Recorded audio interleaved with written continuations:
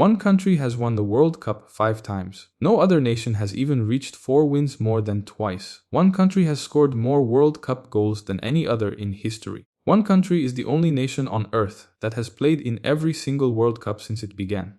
That country is Brazil, and by the end of this video, you'll understand exactly why Brazil isn't just good at football. They might be the most dominant nation in the history of any sport, anywhere ever. Here's what we're covering. Why Brazil produces more elite players than entire continents. Why their style of football literally changed the sport forever. And why a country that's never even hosted the World Cup more than twice still treats losing like a national emergency. Let's start with the number that breaks people's brains. Brazil has won the World Cup 5 times. That's more than England, Germany, France, and Argentina combined have managed in some stretches of history. Think of the World Cup like the Super Bowl, but only happening once every 4 years, and every country on the planet is trying to win it. Now imagine one team wins it 5 separate times across 70 years. That's Brazil. But here's the part that's actually wild. Brazil has never had to rebuild from scratch. Most countries get one golden generation, one incredible group of players, and then they fade for 20 years. Brazil just keeps producing superstars like a factory that never shuts down. Why? It comes down to something most Americans don't expect. Poverty. In Brazil, football isn't a hobby you pick up at a fancy academy. It's played on dirt streets, on beaches, in alleyways, with a ball made of rolled up socks if that's all a kid has. Pelé, the most famous Brazilian player ever, grew up so poor he stuffed newspapers into a sock to practice with.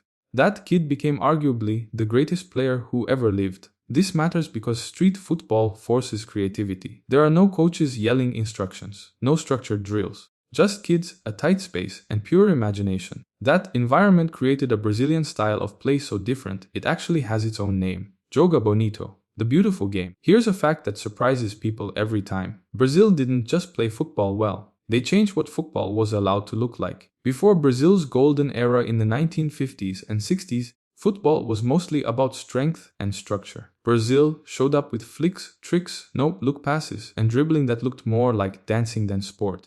Other countries thought it was reckless. Then Brazil won the World Cup with it. Twice in a row. That's like a basketball team showing up to the NBA Finals doing behind-the-back passes and ankle-breaking crossovers instead of textbook plays and then winning back-to-back championships. Suddenly, everyone wants to play that way. Now let's talk about the volume problem, because this is where Brazil gets genuinely unfair.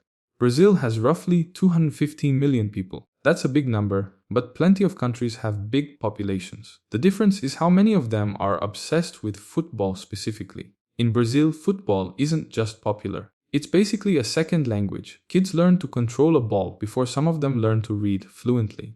It's part of birthday parties, beach culture, school breaks, everything. Compare that to American kids who split their attention between football, basketball, baseball, and video games. Brazilian kids mostly split their attention between football and more football. Here's the stat that usually shocks Americans the most.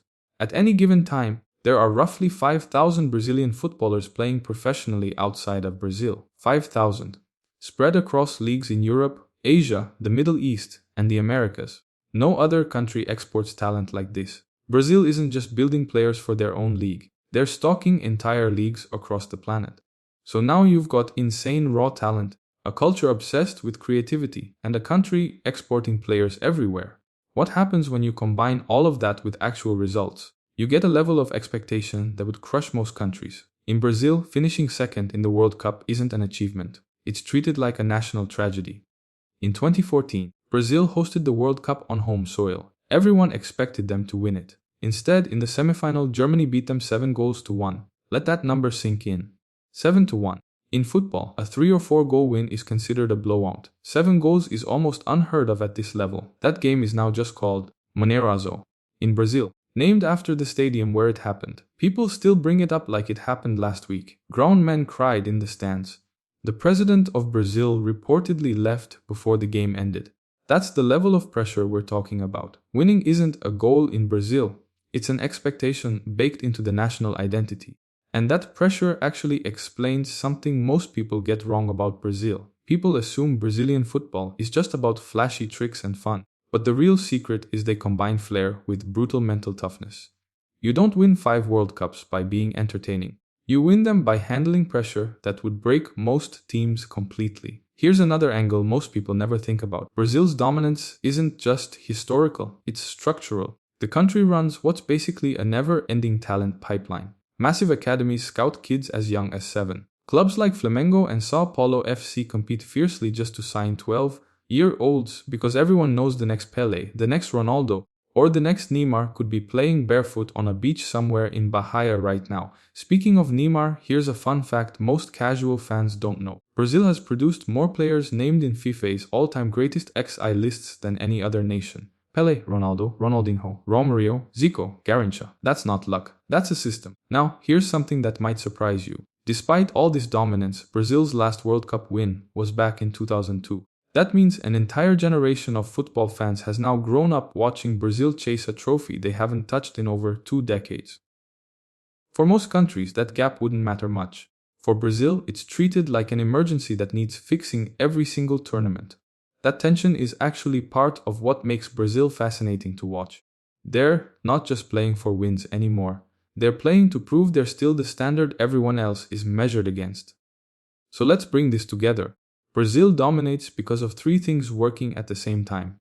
Raw talent born from street football and creativity. A cultural obsession that turns football into something closer to religion than sport. And a results history so strong that anything less than a championship feels like failure. No other football nation on earth carries that exact combination. Other countries have great players. Other countries have passionate fans. But very few countries have both, stacked on top of decades of proof that it actually works. Here's the one thing to remember from all of this. Brazil didn't become the greatest football nation by accident. They built it on dirt streets, beaches, and barefoot kids with rolled-up sock balls who grew up believing they could be the best in the world.